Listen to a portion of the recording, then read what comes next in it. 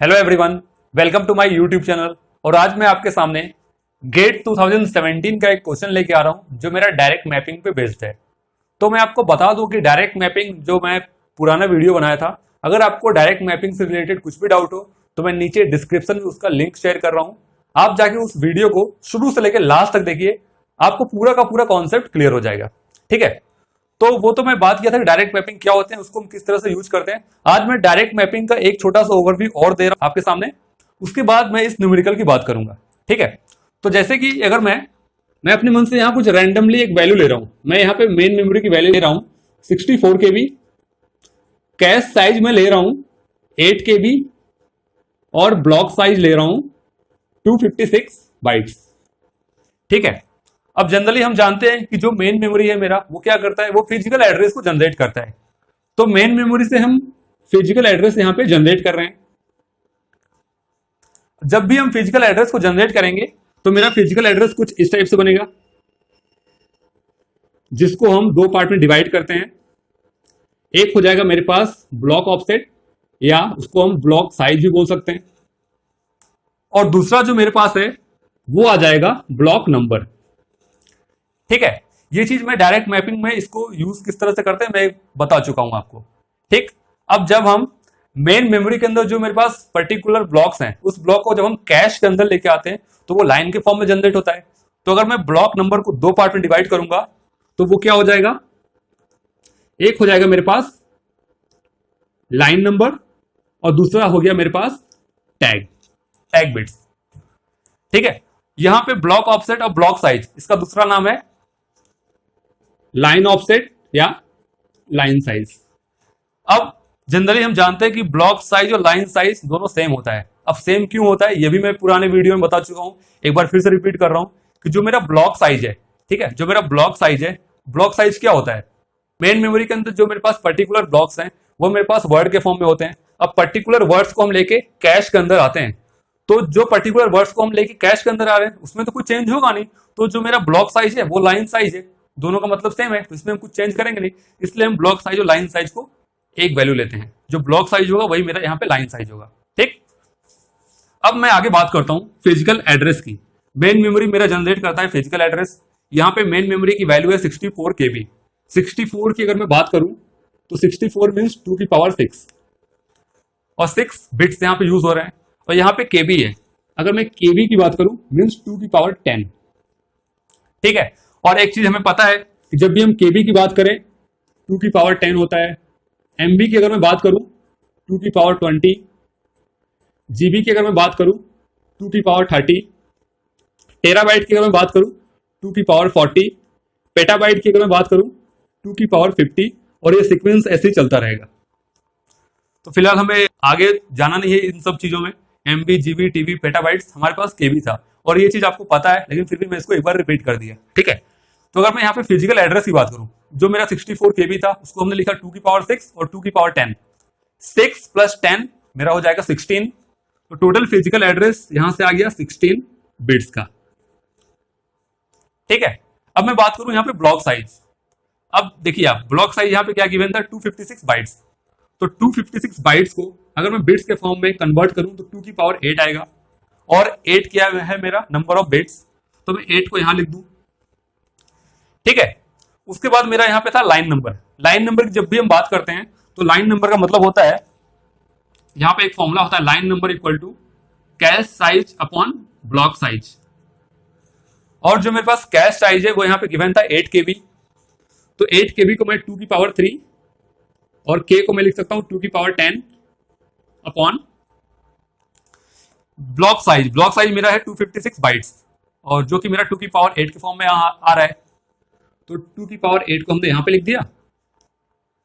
जब हम इसको डिवाइड कर रहे हैं तो ये आएगा 2 की पावर 2 और आंसर आएगा मेरा 2 की पावर 5।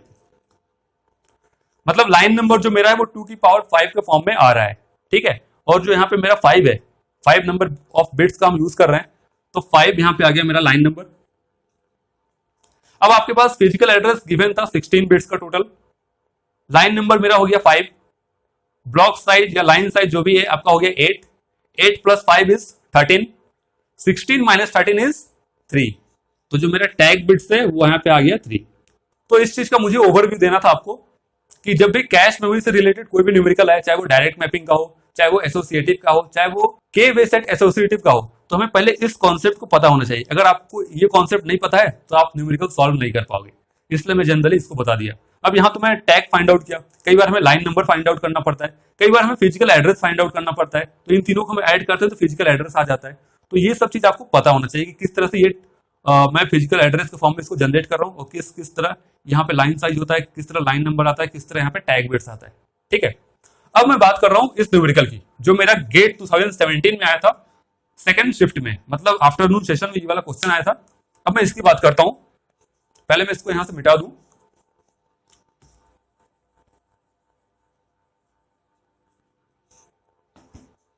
मेरे पास क्वेश्चन है, consider a machine with a byte addressable main memory of 2 की power 32 bytes divided into blocks of size 32 bytes. तो मेरे पास जो क्वेश्चन में गिवन था, पहले मैं उसको लिखता हूं यहां पे। जो मेरे पास मेन मेमोरी है, मेन मेमोरी की साइज यहां पे गिवन है 2 की पावर 32 बाइट्स, साथ ही इसके क्या है ब्लॉक साइज, वो भी मेरा गिवन है 32 बाइट्स का। ठीक है, उसके बाद क्वेश्चन में आगे क्या कहता है, assume that a direct mapped cash, यहां पे हम डायरेक्ट मैपिंग की बात कर रहे हैं, direct mapped cache having 512 cache lines is used with this machine, full stop, the size of the tag field in bits is fill in the blanks. उसके बाद मेरा यहां पे कैश लाइन गिवन है जो कि 512 दिया है, और मुझे क्या फाइंड आउट करना है, टैग फील्ड्स, मींस मुझे इस क्वेश्चन में टैग बिट्स फाइंड आउट करने हैं। ठीक है, तो मैं इसको फिर से ड्रॉ कर लेता हूं फिजिकल एड्रेस के फॉर्म में। जब मैं इसको यहां से ड्रॉ करूंगा, इसको मैं यहां पे लिख देता हूं, ये मेरा हो गया फिजिकल एड्रेस। अब हम जानते हैं कि मेन मेमोरी जो मेरा है वो फिजिकल एड्रेस को जनरेट करता है। ठीक है, और मेन मेमोरी यहाँ पे मेरा गिवन था 2 की पावर 32 बाइट्स। तो आप देखिए ये 2 की पावर 32 यहाँ पे क्या है, बिट्स के फॉर्म में है। तो इस 32 को मैं यहाँ पे यहां से यहां तक 32 मैंने ले लिया। इसके बाद इसको मैं 3 पार्ट में डिवाइड करता हूं। एक हो गया मेरा ब्लॉक साइज, एक हो गया मेरे पास लाइन नंबर, एक हो गया मेरे पास टैग बिट्स। अब मैं अगर ब्लॉक साइज की बात करूं तो ब्लॉक साइज मुझे क्वेश्चन में गिवन था 32 बाइट्स। 32 बाइट्स की अगर मैं बात करूं तो 2 की पावर 5 आ गया, और जो मेरे पास यहाँ पे 5 है, 5 बिट्स का यूज कर रहे हैं ब्लॉक साइज के अंदर, तो 5 बिट्स यहाँ पे आ गया। ठीक है, उसके बाद मुझे फाइंड आउट करना है लाइन नंबर। तो लाइन नंबर का फॉर्मूला मैंने यहाँ पे लिखा है कैश साइज अपन ब्लॉक साइज।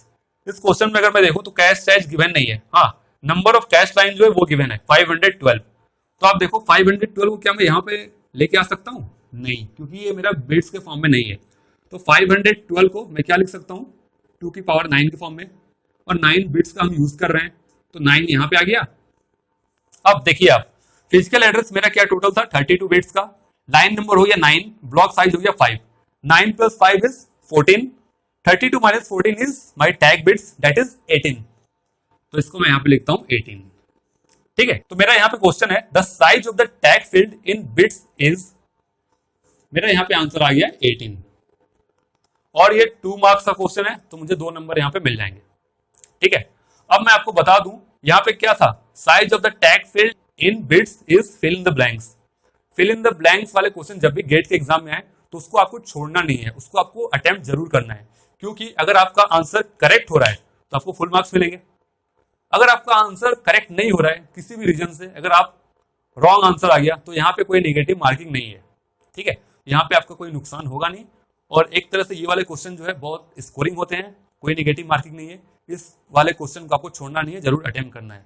और अगर मैं डायरेक्ट मैपिंग की बात करूँ तो डायरेक्ट मैपिंग में गेट के एग्जाम में बहुत सिंपल टाइप के क्वेश्चन देखने को मिलते हैं कई बार, तो उसका जो लॉजिक है वो ये है, इस तरह से आपको सॉल्व करना है।